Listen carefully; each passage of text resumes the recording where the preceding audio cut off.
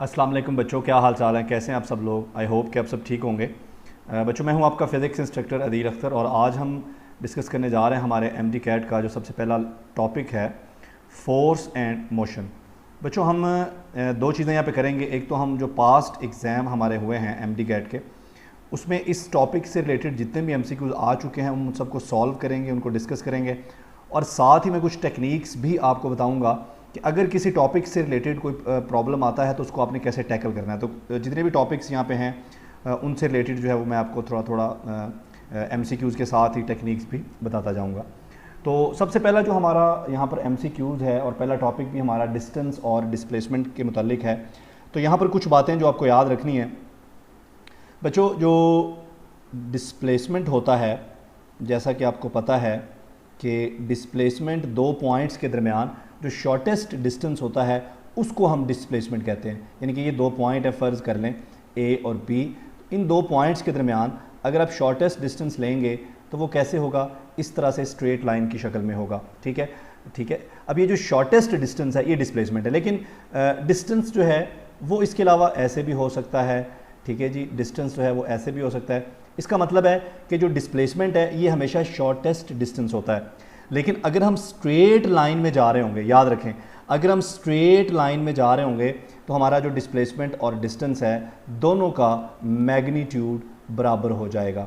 लेकिन बच्चों, अगर आप स्ट्रेट लाइन में मूव नहीं कर रहे, फ़र्ज़ कर लें कि आप इस तरह से इस कर्व्ड पाथ के ऊपर जा रहे हैं, तो उस सूरत में हमारा जो डिस्टेंस है आपने याद रखना है इसका मैग्नीट्यूड हमेशा ज़्यादा होगा डिस्प्लेसमेंट से। ठीक है, इसका मतलब है कि डिस्टेंस और डिस्प्लेसमेंट का मैग्नीट्यूड बराबर भी हो सकता है, लेकिन डिस्टेंस कभी भी डिस्प्लेसमेंट से कम नहीं होगा। ठीक है, यानी कि डिस्टेंस और डिस्प्लेसमेंट इन दोनों का मैग्नीट्यूड बराबर होगा अगर आप स्ट्रेट लाइन में जा रहे हैं। अगर आप स्ट्रेट लाइन में नहीं जा रहे तो बच्चों डिस्टेंस हमेशा ज़्यादा होगा, डिस्टेंस का मैग्नीट्यूड हमेशा ज़्यादा होगा डिस्प्लेसमेंट के मैग्नीट्यूड से। यानी कि ऐसा कभी नहीं हो सकता कि हमारा जो डिस्प्लेसमेंट है इसका मैग्नीट्यूड ज़्यादा हो जाए डिस्टेंस से। एक तो आपने ये चीज़ याद रखनी है। इसका मतलब है कि जब भी हम डिस्प्लेसमेंट को डिवाइड करेंगे डिस्टेंस से, ठीक है, तो बच्चों अगर तो हम स्ट्रेट लाइन में जा रहे हैं तो डिस्प्लेसमेंट और डिस्टेंस दोनों का मैग्नीट्यूड बराबर होगा और हमारे पास आंसर क्या आ जाएगा? 1 आ जाएगा। लेकिन अगर आप स्ट्रेट लाइन में नहीं जा रहे तो बच्चों डिस्प्लेसमेंट हमेशा कम होगा। इसका मतलब है कि डिस्प्लेसमेंट और डिस्टेंस की जो रेशो है ये हमेशा 1 से कम होगी। डिस्प्लेसमेंट का मैग्नीट्यूड कभी भी डिस्टेंस से ज़्यादा नहीं हो सकता। तो एक तो बच्चों आपने यहाँ पर ये पहला पॉइंट याद रखना है। उसके बाद आपने ये याद रखना है कि आप जैसे मर्जी मूव कर रहे हैं, मसलन दो पॉइंट्स के दरमियान, ये पॉइंट ए है, ये पॉइंट बी है, ठीक है, मैं इस तरह से मूव करके ए और बी के दरमियान यूं करके आ रहा हूँ। आप जैसे मर्जी मूव कर रहे हो, डिस्प्लेसमेंट निकालने के लिए आपने हमेशा इनिशियल पोजीशन और फाइनल पोजीशन को याद रखना है। और बच्चों आपने एक वेक्टर बनाना है इनिशियल पोजीशन से फाइनल पोजीशन की तरफ ऐसे, और इस वेक्टर का जो मैग्नीट्यूड होगा वही हमारे डिस्प्लेसमेंट का मैग्नीट्यूड होगा, याद रखिएगा। अभी मैं आपके सामने कुछ एग्जांपल्स यहाँ पर लेता हूँ। फ़र्ज़ करें कि हम मूव कर रहे हैं अराउंड आ सर्कुलर पाथ। बच्चों ये देखें, हम अराउंड आ सर्कुलर पाथ मूव कर रहे हैं। ये हमारे सर्कल का डायमीटर है और इस लाइन को भी आप डायमीटर बुला सकते हो। ठीक है, ये सेंटर है सर्कल का और जो रेडियस है हमारे सर्कल का, ठीक है, यहाँ से हम कलर को चेंज कर लेते हैं जी। ठीक है, ये देखें जी, रेडियस जो है हमारा आर है। ठीक है, यहाँ से लेकर यहाँ तक ये हमारा रेडियस है, ये आर है। इस तरह से बच्चों ये भी आर है, ये भी आर है और यहाँ से लेकर यहाँ तक ये भी आर है। ये हमारा इनिशियल पोजीशन है जिसको हम ए कह लेते हैं। ये हमारा पॉइंट बी है, ये हमारा पॉइंट सी है और ये हमारा पॉइंट डी है। बच्चों अब डिफरेंट पॉइंट्स के दरमियान जब आप मूव कर रहे होंगे तो आपने किस तरह से डिस्प्लेसमेंट निकालना है। फ़र्ज़ करें पेपर में इस तरह से एमसीक्यूज़ आता है कि आप एक सर्कल के अलॉन्ग मूव कर रहे हैं, पॉइंट ए से आप स्टार्ट करते हैं और जिस वक्त आप 90 डिग्री का एंगल बना लेते हैं, बताइए उस वक्त डिस्प्लेसमेंट क्या होगा? तो बच्चों ए से बी तक जाते हुए जब आप यहाँ पर बी पे पहुँचेंगे तो आपका ये जो एंगल है ये 90 डिग्री का हो जाएगा। अब देखें, हम मूव तो अलोंग द सर्कल कर रहे हैं, ये देखें यूं करके, हमारा जो डिस्टेंस है वो तो अलोंग द सर्कल ही है। लेकिन मैंने आपको तरीका समझाया बड़ा सिंपल सा कि जब भी आपने डिस्प्लेसमेंट निकालना है आपने इनिशियल और फाइनल पोजीशंस के दरमियान एक वेक्टर बनाना है। ये देखें जी, ये हमारी पॉइंट बी हमारी फाइनल पोजीशन है, ये हमारी इनिशियल पोजीशन है। ठीक है, और ये हमारा वेक्टर बन गया है। इसको अगर मैं बाहर निकाल लूँ तो बाहर ये कुछ ऐसे बन जाएगा, ठीक है। ये हमारा वेक्टर है जो हमने बनाया है, और यहाँ पर जो हमारा यूं करके ये देखें जी, ये भी आर है, ये भी आर है, और बच्चों ये हमारा डिस्प्लेसमेंट है, ये हमारा पॉइंट ए है और ये हमारा पॉइंट बी है। तो मैंने क्या किया, पॉइंट ए से बी तक मैंने एक वेक्टर बनाया। बच्चों इस वेक्टर का जो मैग्नीट्यूड है वही हमारा डिस्प्लेसमेंट है। अब ये मैग्नीट्यूड हम कैसे निकाल सकते हैं, वही मैग्नीट्यूड वाला फार्मूला, ठीक है। उसके मुताबिक बच्चों एक्स कंपोनेंट का स्क्वायर, एक्स कंपोनेंट भी आर है, प्लस वाई कंपोनेंट का स्क्वायर वो भी आर है। तो हमारे पास आंसर क्या आ गया, 2r स्क्वायर अंडर रूट, और इसको हम लिख सकते हैं अंडर रूट 2r। इसका मतलब है कि ए से बी तक अगर आप मूव करते हैं तो हमारा जो डिस्प्लेसमेंट है वो अंडर रूट 2, हमारे डिस्प्लेसमेंट का जो मैग्नीट्यूड है वो क्या होगा, अंडर रूट 2r होगा। लेकिन अगर आप बच्चों ए से सी तक मूव करते हैं, ये देखें आप ए से सी तक मूव करते हैं, ये देखें जी, ये हमारा पॉइंट ए है और ये हमारा पॉइंट सी है, ये हमारे सर्कल का सेंटर है, और बच्चों यहाँ पर आप रेडियस भी बना लें, ये हमारा सेंटर है ओ, ये भी आर है और ये भी आर है। अब मुझे बताएं कि हम जब ए से सी तक पहुंचेंगे उस वक्त हमारा जो पार्टिकल है वो कितना एंगल बना चुका होगा विद एक्स एक्सिस 180 डिग्री, ठीक है। अब ये भी क्वेश्चन आ सकता है कि जब आपका पार्टिकल 180 डिग्री के एंगल पे पहुंचता है या बनाता है तो बताइए उस वक्त आपका डिस्प्लेसमेंट क्या होगा। या ऐसा भी हो सकता है कि हमें डायग्राम बना के दे दी जाए और कहा जाए कि आप ए से सी तक पहुंचेंगे तो बताइए आपका डिस्प्लेसमेंट क्या हो जाएगा, ठीक है। बच्चों अब तरीका वही है जो मैंने आपको अभी भी समझाया। आपने क्या करना है बच्चों, ए से सी तक आपने यानी कि इनिशियल पॉइंट से फाइनल पॉइंट के दरमियान एक वेक्टर बनाना है। इस वेक्टर का जो मैग्नीट्यूड है वही हमारे डिस्प्लेसमेंट का मैग्नीट्यूड है। अब इस वेक्टर का मैग्नीट्यूड इस वेक्टर की जाहिर बात है लेंथ के बराबर होगा। इस वेक्टर की लेंथ बच्चों क्या है, ये देखें आर और प्लस आर, अगर दोनों को जमा कर लें तो ये पूरी लेंथ बन जाती है। तो अब हमारे वेक्टर की जो मैग्नीट्यूड है वो बनेगी 2r, क्योंकि यहाँ पर जो लेंथ है हमारे वेक्टर की वो 2r के बराबर है अगर हम इनिशियल और फाइनल पोजीशन के दरमियान देखें। इस तरह से बच्चों ऐसा भी हो सकता है कि हमें यूँ कहा जाए, ठीक है, कि आप पॉइंट सी पे चले गए हैं, ये पॉइंट ए है, ये पॉइंट बी है, ये पॉइंट सी है और ये पॉइंट डी है। अगर हम पॉइंट डी पे पहुँचे हैं तो बताइए इस सूरत में हमारा जो डिस्प्लेसमेंट है वो क्या होगा। बच्चों पॉइंट डी पे हम डिस्प्लेसमेंट कैसे निकालेंगे, वही तरीका है, हम एक वेक्टर बनाएंगे इनिशियल पोजीशन से फाइनल पोजीशन के दरमियान यूं करके, और इस वेक्टर का, इसको मैं बाहर निकाल लेता हूँ, ये देखें जी, इस वेक्टर का जो मैग्नीट्यूड है वही हमारे डिस्प्लेसमेंट का मैग्नीट्यूड है, ठीक है। तो यहाँ पर जी गौर करें, ये देखें, ये देखें, ये ए है, ये हमारा ओ है, और बच्चों ये हमारा डी है, ठीक है। ये ए है, ये ओ है सेंटर, और ये डी है। अब इसका मैग्नीट्यूड कैसे निकालेंगे डी का, बच्चों वही तरीका है जो हमने ऑलरेडी पढ़ा है, डी इज़ इक्वल टू, ये एक्स कंपोनेंट है बच्चों, ये भी आर के बराबर है क्योंकि रेडियस, ये लाइन रेडियस को रिप्रेजेंट कर रही है, ये लाइन भी रेडियस को रिप्रेजेंट कर रही है। तो डी के एक्स कंपोनेंट और वाई कंपोनेंट के जो मैग्नीट्यूड्स हैं वो जो मैग्नीट्यूड वाला फार्मूला है उसी में हम पुट करके तो निकाल लेंगे, तो ये हमारे पास आ जाएगा अंडर रूट 2r। सेम वही आंसर आ गया जो हमारा यहाँ पर इसका आया है, ये वाला, ठीक है। और फ़र्ज़ करें कि आपसे ये कहा जाए कि आप जब यहाँ पर तो आपने 270 डिग्री का एंगल बना लिया ना, ठीक है।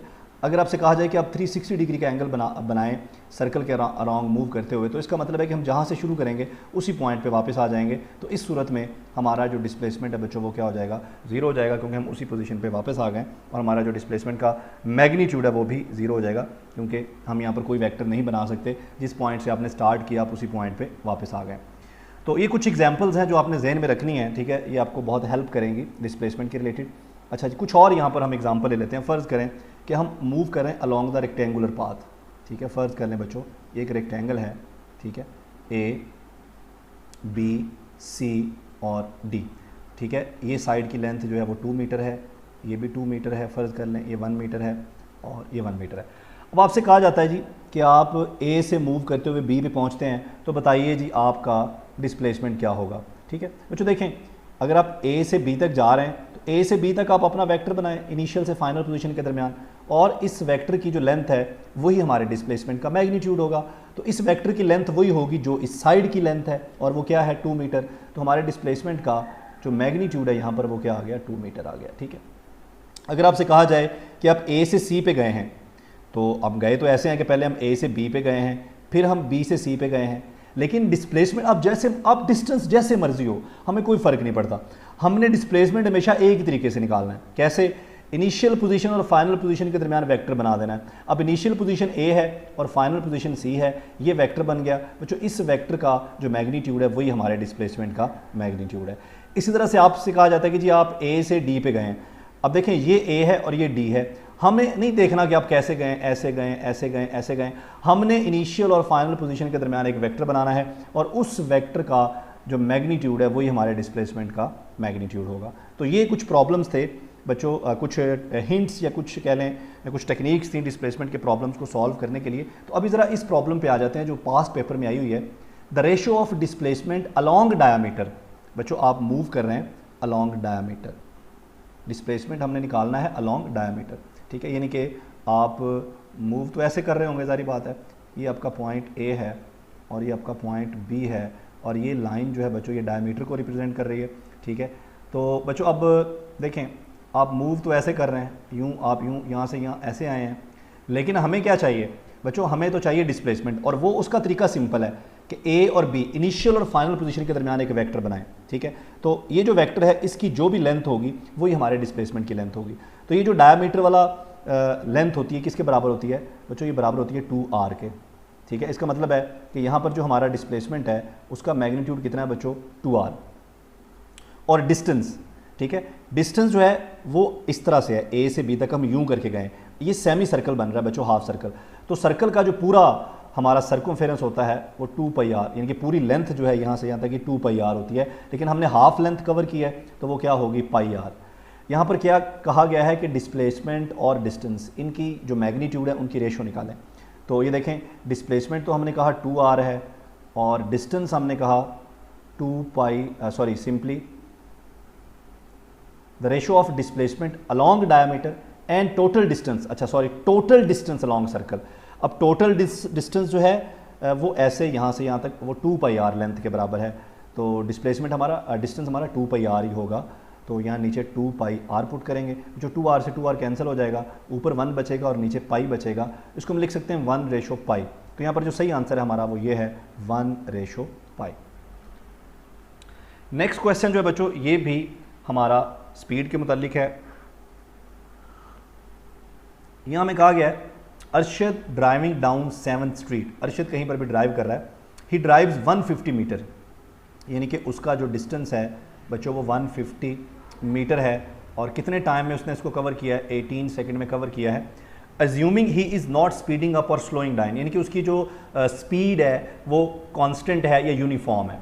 तो वो जो यूनिफॉर्म स्पीड है वो हमने निकालनी है। तो बच्चों ये सिंपल ही है, स्पीड जो होती है हमारी that is distance over time, ये आ जाएगी हमारे पास 150/18। इसको सिंप्लीफाई कर लें, ठीक है जी। तो जो भी हमारा आंसर आए ये आ जाएगा। क्वेश्चन 3 ये भी डिस्टेंस, डिस्प्लेसमेंट और वेलोसिटी से रिलेटेड ही है। Distance travelled by a car moving with velocity this, ठीक है बच्चों। Distance travelled by a car यानी कि डिस्टेंस हमने कैलकुलेट करना है, उसकी जो वेलोसिटी है दैट इज़ 15 मीटर पर सेकेंड इन टाइम्स 2 सेकेंड, और टाइम यहाँ पर क्या है 2 सेकेंड है। और डेसेलरेशन यानी कि नेगेटिव एक्सेलरेशन जो है यहाँ पर वो -2 मीटर पर सेकेंड स्क्वायर है, ठीक है जी। अब देखें हमारे पास वेलोसिटी, डिस्टेंस और डिस्प्लेसमेंट को कनेक्ट करने के लिए 3 जो है वो इक्वेशंस हैं, ठीक है। यहाँ पर डिस्टेंस कहा गया है, तो डिस्टेंस के लिए हमारे पास 2 इक्वेशंस हैं। एक तो हम इससे निकाल सकते हैं s = VIT + ½ AT², और दूसरी इक्वेशन है 2AS = VF² - VI²। ये दोनों इक्वेशन जो हैं बच्चों ये डिस्टेंस और वेलोसिटी को कनेक्ट करती हैं। इन दोनों को यूज़ किया जा सकता है क्योंकि हमारा प्रॉब्लम भी वेलोसिटी और डिस्टेंस से रिलेटेड ही है, लेकिन हमने अपने वेरिएबल्स को देखना होता है कि हमें कौन कौन से वेरिएबल अवेलेबल हैं। तो यहाँ पर हमने डिस्टेंस तो मालूम करना है, हमें वेलोसिटी, इनिशियल वेलोसिटी अवेलेबल है, हमें टाइम अवेलेबल है, एक्सेलरेशन। तो ये देखें टाइम भी है, एक्सेलरेशन भी है, इनिशियल वेलोसिटी भी है। तो ये वाला रिलेशन हम यूज़ कर सकते हैं। ये नीचे वाला इसलिए नहीं कर सकते कि यहाँ पर हमारे पास फाइनल वेलोसिटी नहीं है। तो बच्चों इस रिलेशन को यूज़ कर लें, s = VI। तो VI यहाँ पर है 15 × टाइम है 2 + 1/2। एक्सेलरेशन जो है हमारा वो -2 है और t जो है वो 2 का स्क्वायर है। इसको आप सिंप्लीफाई कर लें, सिंप्लीफाई करने से ये हमारा आंसर निकल आया। नेक्स्ट क्वेश्चन है बच्चों Newton first law. Newton first law को आपको पता है लॉ ऑफ इनर्शिया बोलते हैं। न्यूटन सेकंड लॉ जो है उसे हम कहते हैं कि वो डिफाइन करता है force. Newton second law defines the force, इसलिए Newton second law is about the force. Newton second law जो है वो फोर्स के मुतालिक है। न्यूटन फर्स्ट लॉ जो है वो मैस को डिफाइन करता है, इनर्शिया के मुतालिक है, डिफाइंस द मैस, क्योंकि इनर्शिया मैस ही मेजरमेंट ऑफ इनर्शिया है। ठीक है बच्चों, हमारा जो लीनियर मोशन है उसमें मैस ही मेजरमेंट ऑफ इनर्शिया है। इस तरह से जो न्यूटन थर्ड लॉ है उसे कहते हैं law of action reaction, law of action reaction, ये आप यहां से याद कर सकते हैं। क्वेश्चन 5 है बच्चों, a stone of mass 2 kilogram is dropped from rest. बच्चों जब भी ऐसे प्रॉब्लम्स जहां पर ग्रेविटी इन्वॉल्व होगी, आप किसी चीज़ को ड्रॉप कर रहे होंगे किसी हाइट से, तो आपने कुछ बातें जो है वो हमेशा याद रखनी है। जब भी कोई चीज़ आप ड्रॉप करेंगे फ्रॉम सम हाइट, ठीक है, फ़र्ज़ कर लें कि यहाँ से ये हाइट h से आप किसी चीज़ को ड्रॉप कर रहे हैं टुवर्ड द ग्राउंड, तो बच्चों इनिशियल वेलोसिटी हमेशा क्या होगी, ज़ीरो होगी। ठीक है, अगर आपने उसे पुश नहीं किया, अगर आपने उसे फेंकते हुए पुश नहीं किया, सिंपली ड्रॉप का लफ्ज़ आ गया, तो इसका मतलब है कि इनिशियल वेलोसिटी क्या होगी, ज़ीरो।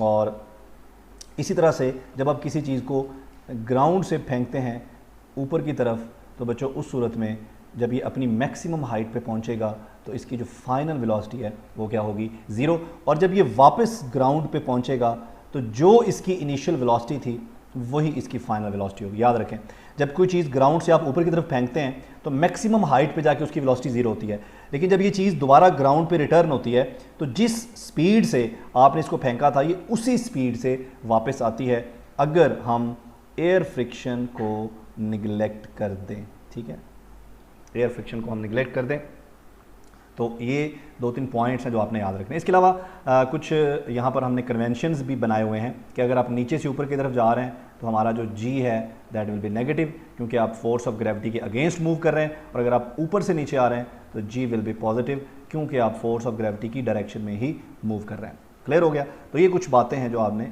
यहाँ पर याद रखनी है। ठीक है, इसके अलावा बच्चों एक और चीज़ है, याद रखें, फ़र्ज़ करें कि मैं किसी चीज़ को फेंक रहा हूँ विद सम इनिशियल वेलोसिटी और वो हाइट h पे पहुँचती है, वहाँ से फिर वो वापस नीचे आती है।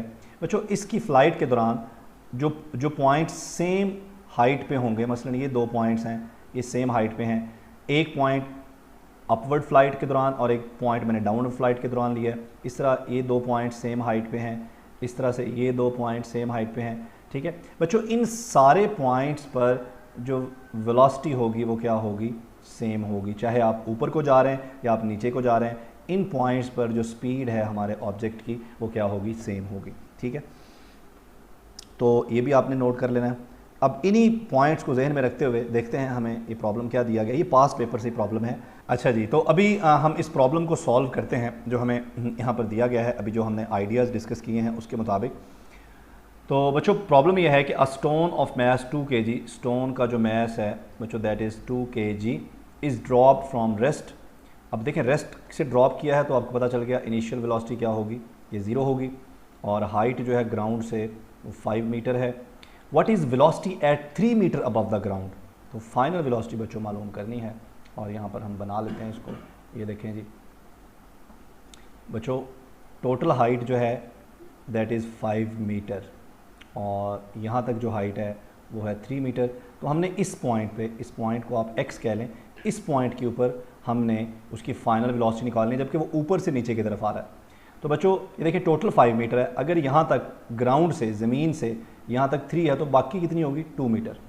तो यहाँ पर हम फार्मूला लगा सकते हैं जी, simple, vf² minus vi² is equal to 2gs।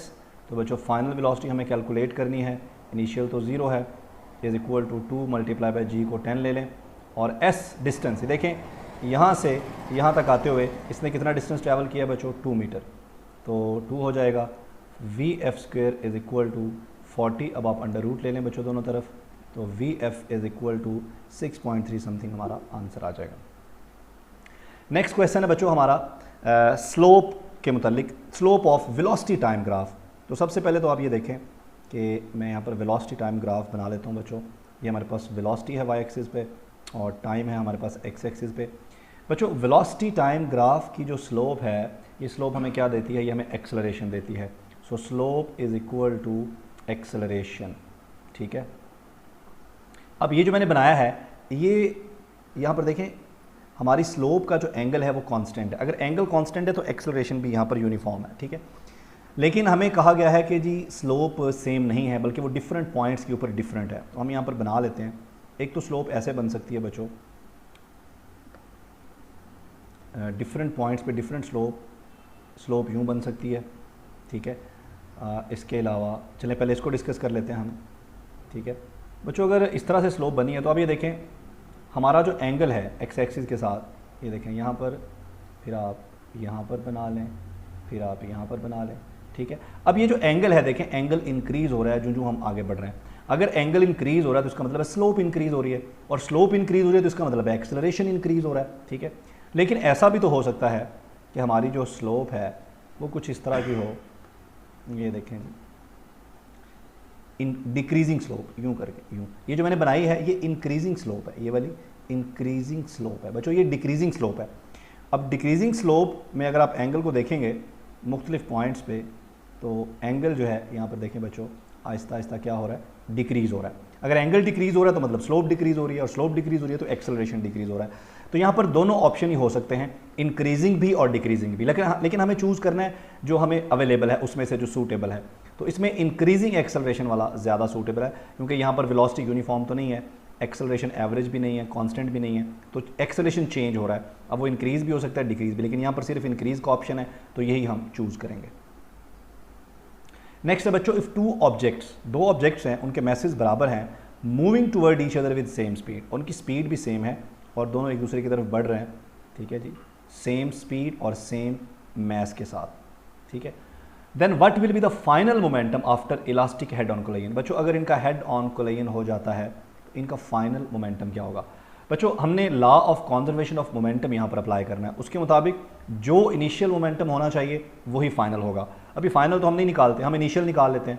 अगर इनिशियल मोमेंटम देखा जाए तो ये बराबर होगा momentum of A plus momentum of B. ये हो गया मोमेंटम ऑफ ए और ये हो गया मोमेंटम ऑफ बी। मोमेंटम बच्चों किसके बराबर होता है, mass into velocity plus mass into velocity. लेकिन दोनों ऑपोजिट डायरेक्शन में आ रहे हैं, इसलिए किसी एक की वेलोसिटी हम नेगेटिव कर देंगे। इनको जमा करें तो आंसर क्या आ जाएगा, ज़ीरो। तो बच्चों इनिशियल मोमेंटम जीरो आ गया, it means final must be zero. So हमारा जो करेक्ट ऑप्शन होगा वो क्या होगा, वो ऑप्शन डी होगा। उसके बाद हमारे पास आ गया जी the ratio of displacement to distance. बच्चों मैंने अभी भी हमने पीछे पढ़ा था, डिस्प्लेसमेंट जो होता है ना, अगर आप डिस्प्लेसमेंट का मैग्नीट्यूड निकाल लें, ठीक है बच्चों, अगर तो आप मूव कर रहे हैं स्ट्रेट लाइन में तो जो मैग्नीट्यूड हमारा डिस्टेंस का है वही डिस्प्लेसमेंट का है। इस रेशो का आंसर क्या आएगा, 1 आएगा। लेकिन अगर आप स्ट्रेट लाइन में मूव नहीं कर रहे तो याद रखें डिस्प्लेसमेंट का जो मैग्नीट्यूड है, सॉरी ये डिस्टेंस है, डिस्टेंस का जो मैग्नीट्यूड है वो डिस्प्लेसमेंट से हमेशा ज़्यादा होगा, ठीक है। इसका मतलब है कि डिस्प्लेसमेंट का मैग्नीट्यूड हमेशा कम होगा। जब डिनोमिनेटर हमेशा ज़्यादा होगा, अगर आप स्ट्रेट लाइन में मूव नहीं कर रहे तो ये जो रेशो है बच्चों, ये रेशो लेस देन 1 होगी। इसका मतलब है कि डिस्प्लेसमेंट और डिस्टेंस, अगर इन दोनों का मैग्नीट्यूड लिया जाए, ऊपर डिस्प्लेसमेंट को रखा जाए, नीचे डिस्टेंस को रखा जाए, तो ये रेशो कभी भी 1 से ग्रेटर नहीं हो सकती, हमेशा 1 से लेस होगी या 1 के बराबर होगी। डिपेंड करता है कि आप स्ट्रेट लाइन में मूव कर रहे हैं या आप स्ट्रेट लाइन में मूव नहीं कर रहे।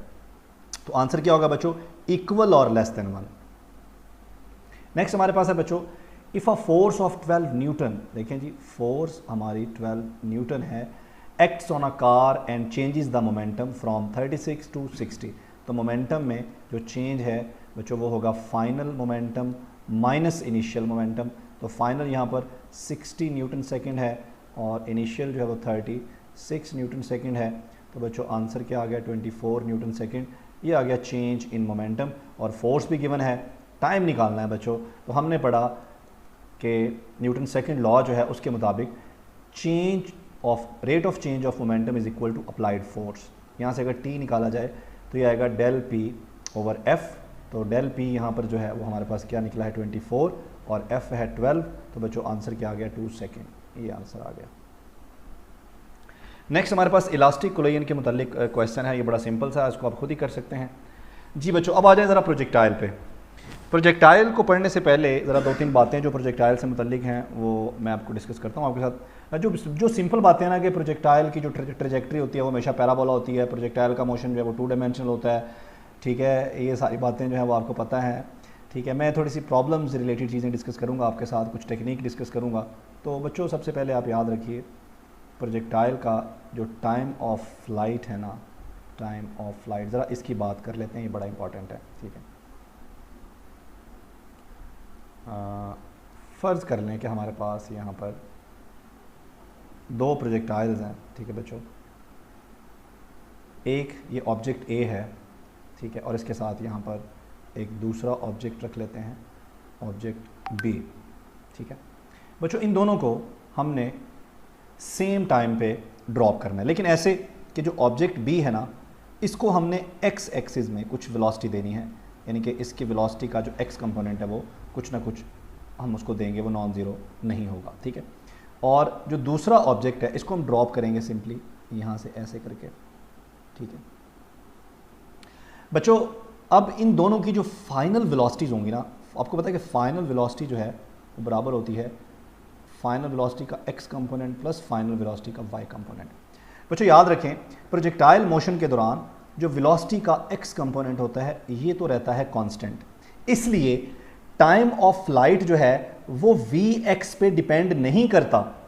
इस पूरी फ्लाइट के दौरान जो वेलोसिटी का वाई कंपोनेंट है बच्चों ये चेंज होता रहता है, हर पॉइंट पे डिफरेंट होता है, इसलिए टाइम ऑफ फ्लाइट जो है वो वी वाई पे डिपेंड करता है। इसका मतलब है कि जब ये दोनों ज़मीन पर पहुंचेंगे तो इनके ज़मीन पर पहुंचने का टाइम हम इन दोनों की वेलोसिटी के वाई कंपोनेंट से निकालेंगे, ना कि एक्स कंपोनेंट से। तो बच्चों देखें, जब शुरू में हमने ऑब्जेक्ट ए को ड्रॉप किया तो इसकी जो इनिशियल वेलोसिटी का वाई कंपोनेंट है वो 0 है, और ऑब्जेक्ट बी जो है इसकी इनिशियल वेलोसिटी का वाई कंपोनेंट भी 0 है, ठीक है। हमने बी को वेलोसिटी जरूर दी है शुरू में, लेकिन हमने उसको वेलोसिटी दी है एक्स एक्सिस में, वाई में नहीं दी।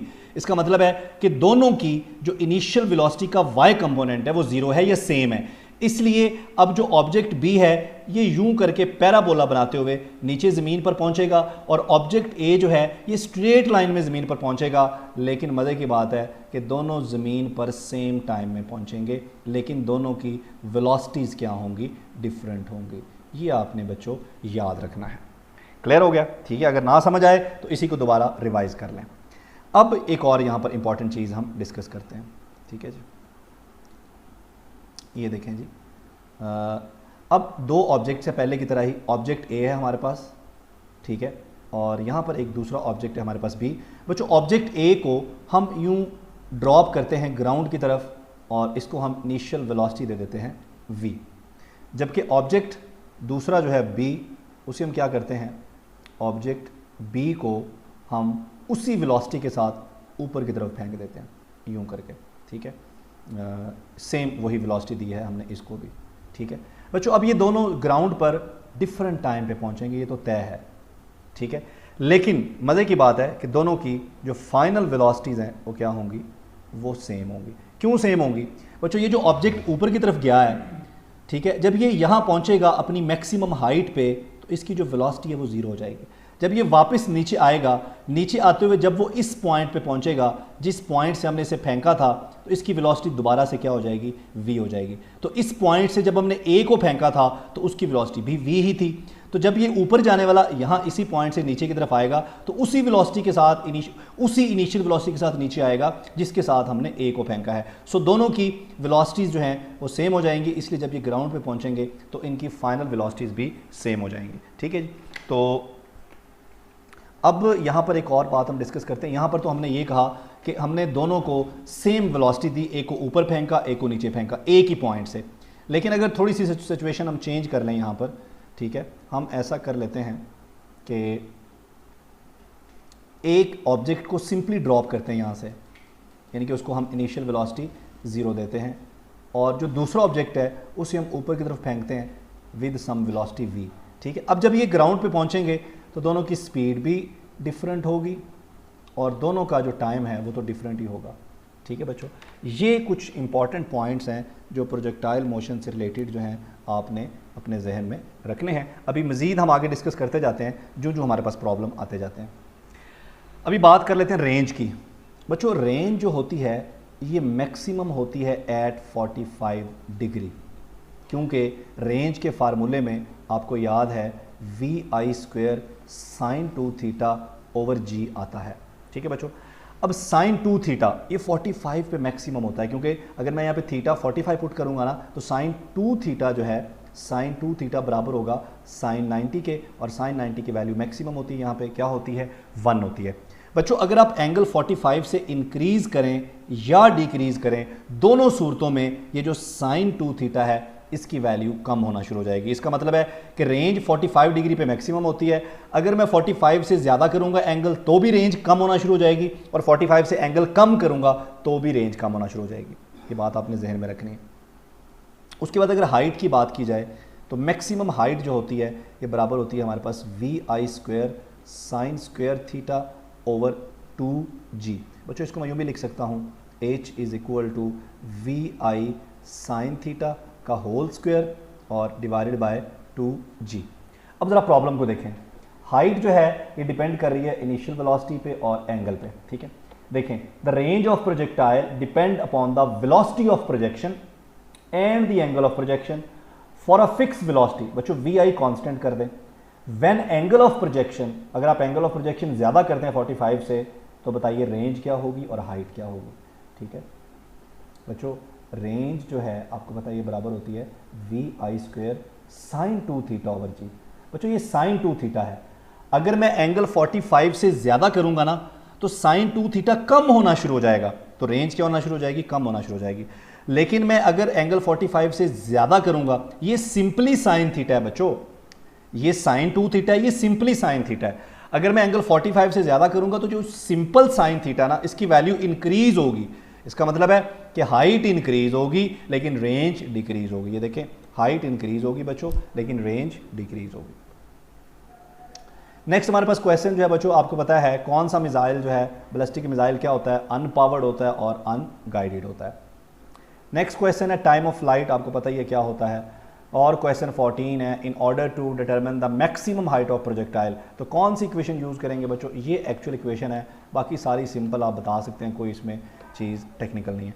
तो बच्चों MD-CAT में जो है बहुत ज़्यादा टेक्निकल चीज़ें भी नहीं होती, टेक्निकल ज़रूर होती हैं लेकिन बहुत ज़्यादा भी नहीं होती। इसलिए मैं अपने लेक्चर्स में कोशिश करूँगा कि मैं टू द पॉइंट रहूँ। ठीक है, कोई बहुत ज़्यादा मैं आपको इंडियन किताबों से छापे मार के जो है वो MCQs के और बहुत मुश्किल चीज़ें आपको ना करवाना शुरू कर दूँ। ठीक है, जो पाकिस्तानी हमारा सिलेबस है और उसके मुताबिक जो टेक्निकल चीज़ें हैं वही इंशाल्लाह हम डिस्कस करेंगे, टू द पॉइंट रहेंगे और कंसाइज रहेंगे। तो आप मुझे सपोर्ट ज़रूर कीजिए। थैंक यू, अल्लाह हाफ़िज़।